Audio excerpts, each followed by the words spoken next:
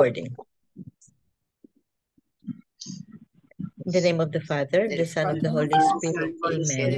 Amen. Come, Holy Spirit, fill the hearts of your faithful, and enkindle in them the fire of your divine love. Send forth your Spirit, and they shall be created, and you shall renew the face of the earth. O God, who by the light of the Holy Spirit did instruct the hearts of the faithful, grant us by the same Holy Spirit to release what is right and just, and always to rejoice in his consolation through Christ our Lord. Amen. Amen. From the Holy Gospel according to Saint John. Glory to you, O Lord. On the evening of that first day of the week, when the doors were locked where the disciples were, for fear of the Jews, Jesus came and stood in the midst and said to them, "Peace be with you." When he had said this, he showed them his hands and his side. The disciples rejoiced when they saw them. Jesus said to them again, "Peace be with you. As the Father has sent me, so I send you." And when he had said this, he breathed on them and said to them, "Receive the Holy Spirit. Whose sins you forgive are forgiven them, and whose sins you retain are retained." The Gospel of the Lord. Praise to you, Lord Jesus Jesus Christ. Christ. Talin. The 3 pointers for today's gospel. Number 1, Yeah. we can only witness to the truth of Jesus as the risen Lord and Savior of the world if we are empowered by the Holy Spirit. Number 2, witnessing to the good news is more than a personal effort and personal interest. It is about God and salvation. Thus, only the Spirit can make it happen. Number 3, pray that you're always in touch and be in tune with the Spirit in your daily living. Amen. Amen. Thank you very much, Tita Lynn. So, Welcome. happy birthday to our Catholic Church. Kasi Yes. Pentecost, Pentecost Sunday is Pentecost also the Sunday. birth. Also the birth of our Catholic Church ba. So, anybody who wants to say something about today's gospel and the reflection or sharing? I'm going to start, no? I'm just sharing, no? Just sharing I'm going to read, no? The Haro Cathedral, no? Very, very simple and yet full of, full of Holy Spirit. The one who wrote this, full of Holy Spirit. So it says here, stay out from the frigid coldness of your life. Inflame your heart with God's love. Tough times in the storms of your life don't diminish the reality of God's presence. Trials and challenges may come, but your faith need not be shaken. Amidst the fears you're facing, be still. Rest assured that God is with you and makes a way for you, even if you found it too difficult to achieve. God is bigger than any tribulation that would come to disrupt your confidence and trust in Him. He grants you the wisdom to ascertain the truth of your faith with a clear understanding of its certitude and the fearless stand to defend it through His good counsel. He fills with courage and knowledge, and the knowledge to know of His abiding presence in all your trials and anxieties. He gives you the willingness to worship and serve Him with reverence through the spirit of piety. The authenticity of your love for Him can only arise from the grace of fear to clothe you with wonder and awe in your utmost respect to Him. Though how gloomy your life would be, God's love will brighten your day. Amen. Amen. Amen. Beautiful, very beautiful, no? Kasi it teaches us that in times of trials in our life, no, if you have this all the gifts of the Holy Spirit, no, you would accept, you would understand, you would give him praise aside despite the fact that you are in the face of trials. The 7 gifts of the Holy Spirit, no, nandyan sa you. You are bold enough to face the trials, to accept your trials, and to have to strengthen your faith, to trust him, to love God more because of these trials. Those are the gifts of the Holy Spirit. So in other words, no, these gifts of the Holy Spirit, no, among us, no, and within us, let it be working every moment of our life, so that we would understand. It becomes our attitude, it becomes our habit, it becomes within us, that when we have all the gifts of the Holy Spirit and the fruits of the Holy Spirit, it's guiding us towards our purification in life and towards our eternal life. Yun ang holy gifts of the gifts of the Holy Spirit. It becomes your DNA. Yeah, it becomes your DNA. Yeah, very nice. To the bones, kung baga, to your bones, na you become the gifts of the Holy Spirit, and the fruits of the Holy Spirit will be part of your being na. Part of your being. Yeah. So there are so many instances in our life, no, na guided by the Holy Spirit. The Holy Spirit with especially itong forgiveness, the gift of forgiveness and mercy, no? Yun, very, very common, very, very common. The gift of discernment, faith, especially faith. You can face anything talaga. You can face anything if you have the gifts of the Holy Spirit. So let's continue to pray, no, to the Holy Spirit, no, to have this and master and use it. Master the gifts of the Holy Spirit and use it.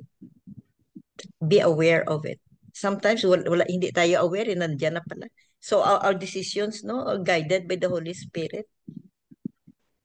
Guided of the Holy Spirit. So, and we thank the Lord, no? We thank the Lord for this gift of the Holy Spirit. It's the Spirit of us, among us. The 7 Spirit gifts. of God. Hi, Sister Hi, good Marty. evening, Sister Sister. Good evening. We have this special Good gift of afternoon the pala Holy sa Spirit, inyo. no, from Sister Marivic. The presence of Sister Marivic. Hello, good afternoon. Nandito ako ngayon sa Good afternoon. sa rooftop ng aming laundry. Ayan, kita niyo yung dati kong nasa laundry ako kasi Sister Marivic pala ang good afternoon. Good afternoon, si Sister Marivic. Sister Marivic, nag-sharing kami at reflection. Do you have something to say about today's Pentecostal Sunday? Pentecost Sunday. Maganda po yung gospel natin, tita. Yeah. Maganda po yung the story, the narration of the first disciples, yung when they received the Holy Spirit, they were in prayer. So for me, my reflection on this is that the Lord inspired us every day, especially when we are in prayer. So they were in prayer when they received the Holy Spirit. So the Lord inspire us and give us sometimes solution of the problem. Diba, tita? Oh, when you are in prayer, really, the Holy Spirit will inspire you. Lord, give me the direction. Lord, give me the inspiration. Ano po ang gawain ko? So immediately during that prayer, meron lalabas na lang, ay sandali, ganito ang gawain ko, ganyan. So that's the inspiration of the Holy Spirit. Kasi the Holy Spirit inspire us always. Kasi si Jesus mismo nag-ano sa atin, nag-assure us that He will be with us. And He will send His Holy Spirit. So we are, no, na tanggihan ang gift ni Lord. Alam mo, minsan naiiyak ako sa mga narration story ng mga first disciple. Kasi the Lord really did not abandon the disciples, did not abandon His followers. and even the times of persecution. He will give grace, no, to fight his enemies. Gaya ni Saint Paul. Imagine Saint Paul kung paano niya pinanindigan yung pananampalataya up to death. So I think sinners as am I, the Lord really will not deny us when we ask the gifts of the Holy Spirit. Yan po talaga yung aking inspiration, no, na the Lord will not abandon us. The Lord will inspire us always. The Lord will give us strength. The Lord will give us His Holy Spirit as He promised always. When we are in prayer especially, no, sit down and close your eyes. Lord, please inspire me. Amen. Amen. Amen. And Wow. Thank you po, Tita, for your example of prayer. Lagi ko po kayong naiisip po during my prayer. Yes, lagi po. Kasama kayo sa mga listahan ko. Alam mo naman ako, para hindi ko makalimutan. Totoo po yan. Para hindi ko makalimutan, I will really write names. Write ko talaga yung Thank you so much. Thank yes, you so much. Yes, isa-isa po yan, Tita. Kasi habang tumatanda tayo, naging malimutin tayo. But we have to do other means. No? To have to do other means. So thank you for the prayers, sister. We always pray for you also. Yeah. We always pray like for what happened to you in Indonesia, di ba? Oh yeah, how we prayed. How we prayed. It's really a strength for me to go on. And the Lord listened. Yeah. Mafe-feel ko talaga gaan lang yung aking gaan lang yung pakiramdam ko kasi gaan lang talaga kasi nandiyan yung prayer na support and both prayer and financial support. Sabi ko pa, nandiyan kayo kaya magaan po yung loob ko. Hindi po ako adulorata. Sa Italian pa adulorata means suffering.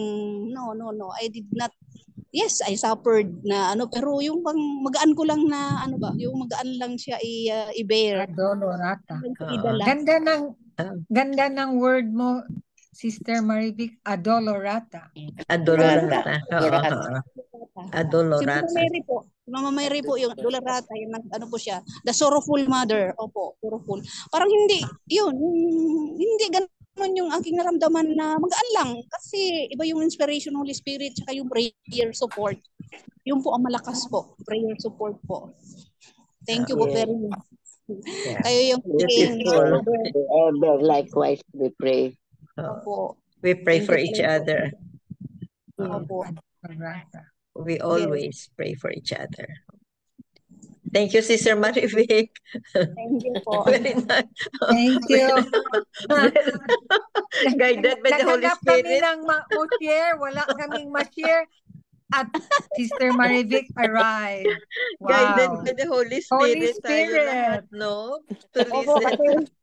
Sabi ko, ngayon Pentecost, akyat nga muna ako doon sa laon. Akyat naman ako, wala na ako sa garden ngayon. Sabi ko, dito naman ako sa taas. See how the Holy Spirit works? Every moment of our life talaga. So, we were asking kung sino ang mag-share and then all of a sudden nandito si Sister Marivic. Grabe talaga. Holy Spirit guided. Yes, don't you worry po, Tita. The Holy Spirit is always with us. Yun po yung paraclete, ibig sabihin helper natin yung pinadala ni Jesus. Helper. Oo. Advocate, paraclete. The advocate, the paraclete. Opo.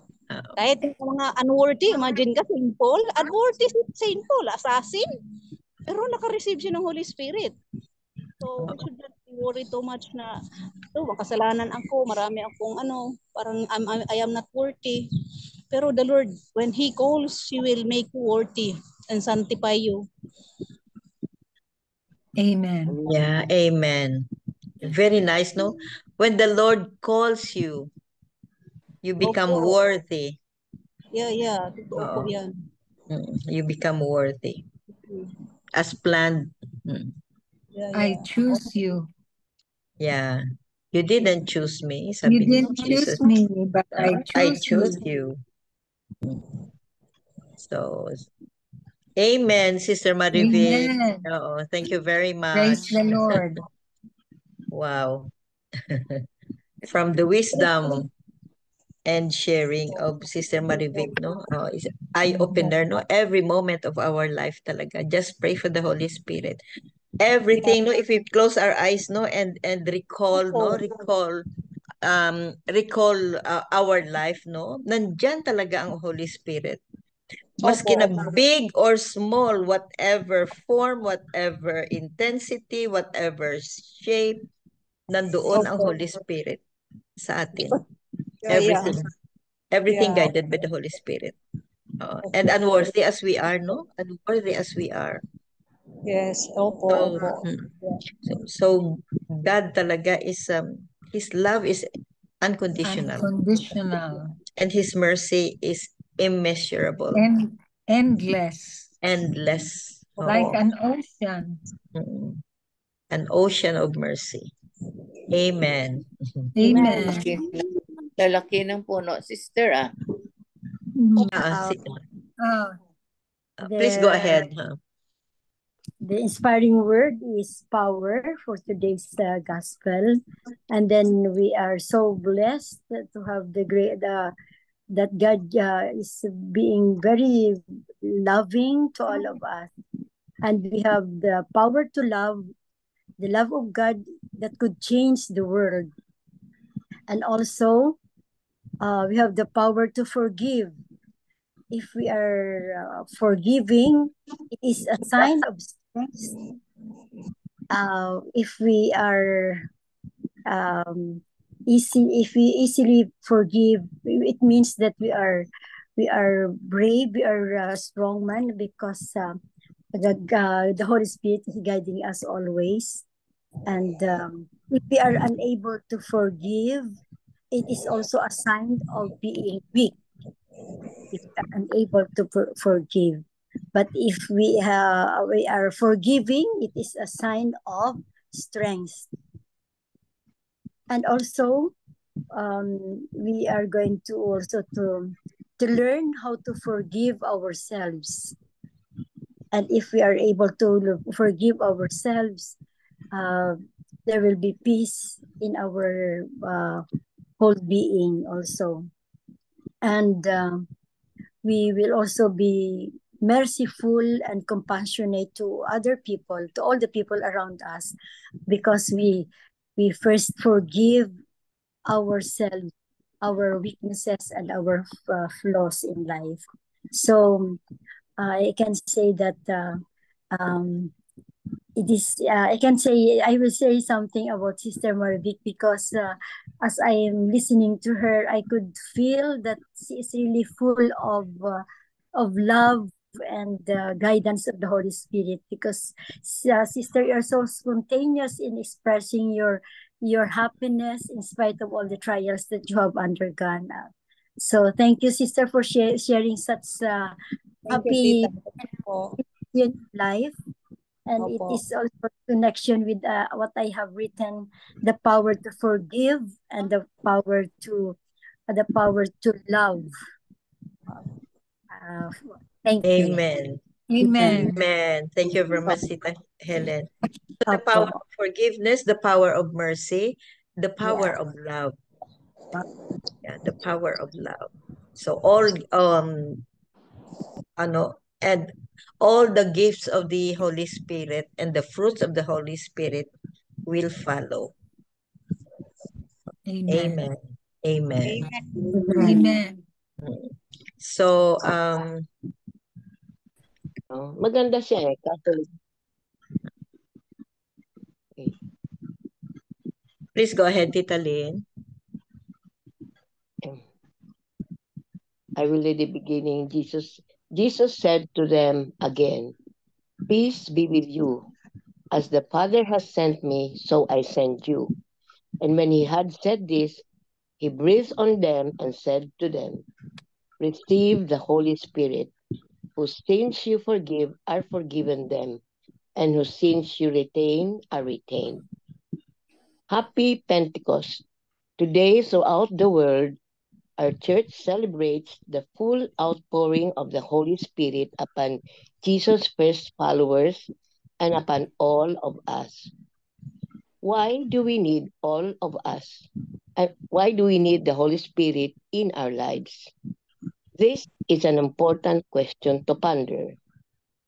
Today, as always, the Father, Son, and Holy Spirit work as one God. It is the Father who wills that we be reconciled to them. It was the Son who made this reconciliation possible, and it is the Holy Spirit who now accomplishes the completion of this act in our lives. At the heart of that gift of salvation is the remission of our sins. The passage above clearly reveals to us that Jesus bestowed a unique gift of the Holy Spirit upon the apostles, his first bishops, entrusting them with the ability to forgive sins in his name and by his power. As we celebrate Pentecost, it is a good opportunity to prayerfully consider the action of the Holy Spirit in your life. One of the greatest ways that the Holy Spirit is potentially active in your life is through the sacrament of reconciliation. Through that sacrament, the Holy Spirit draws you to the Father and enables you to see and understand His perfect will, living more fully in union with the Father as a member of His body.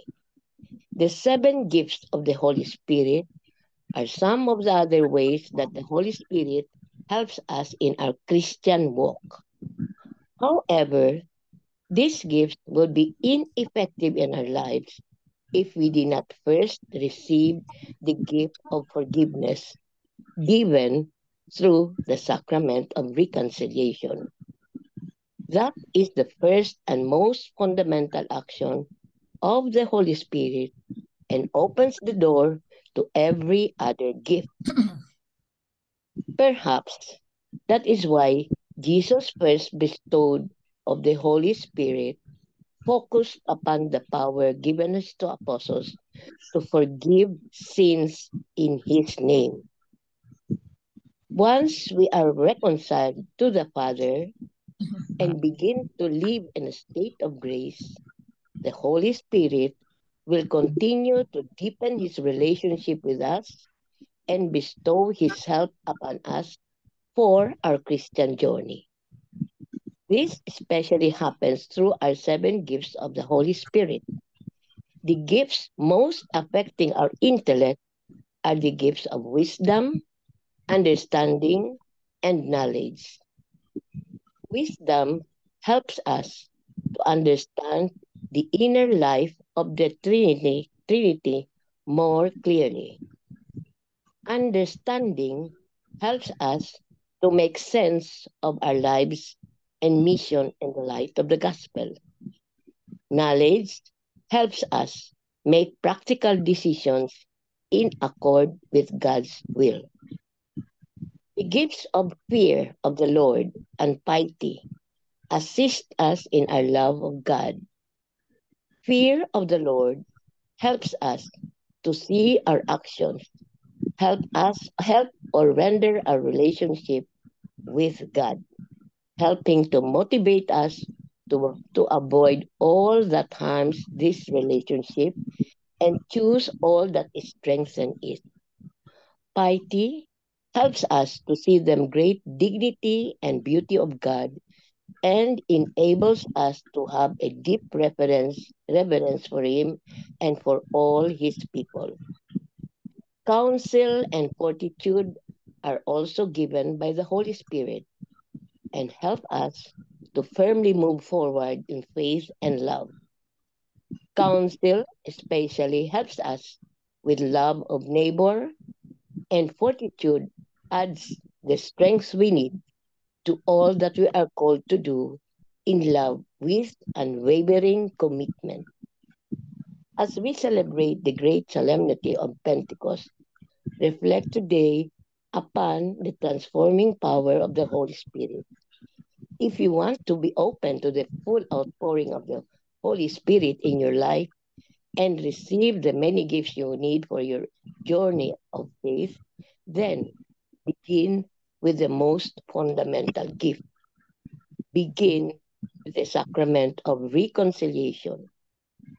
Ponder the words Jesus spoke in our gospel today and know that by entrusting the grace to forgive sins in His name to His first priest, Jesus was also calling you to embrace that gift. The Holy Spirit wants you to be cleansed of all sin. Allow Him to do so, and you will be amazed of all the grace that follows. Amen. Amen. Amen. Amen. Wow. Wow. Oh, Good morning, beautiful, good evening. Good, Very good nice. morning. Very nice. Huh? Very nice. That's from Catholic Daily Reflections, no? Very, Yes, very yes. nice. One of the Mm-mm. most beautiful talaga itong Gift today's reflection, huh? Today's reflection, no? Oo, at least it gives and it explains everything, the 7 gifts of the Holy Spirit, and then what it does to our life, what it does to each gift. Thank you very much, Tita Lino, and anybody else? I'm if you want, no, I'm going to I'm going to send IPM you the copy of this reflection and try to reflect once again. Yes, thank you. And try to reflect once again, no? Pray to the Holy Spirit. Yun lang. Pray to the Holy Spirit. The 7 gifts of the Holy Spirit, we have to know, and the 9 fruits of the Holy Spirit. So, happy Pentecost Sunday to all, and I think that ends our Zoom meeting for today. So that ends our prayer meeting for today, no? And happy Pentecostal Sunday to all, and happy birthday. And happy birthday to the Catholic Church. The Catholic Church. Amen. Amen. Amen. Miga Belen for the closing prayer. Yes. Father Lord, as we conclude our daily prayer gathering, fill us with hope and encouragement. May the reflections we have heard uplift our spirits and strengthen our resolve. Guide us in times of doubts and uncertainty, and remind us of your constant presence. May we carry your hope into the world, being beacons of your love and light. Amen. Amen. And all together, please. Glory be to the Father, to the Son, to the Holy Spirit, as it was in the beginning, now and ever shall be, world without end. Amen. Amen. In the name of the Thank you all. Father, the Son, and the Holy Spirit. Amen. Thank you all. Thank you all. Very God bless us much. all. Thank you, Good guys. night and good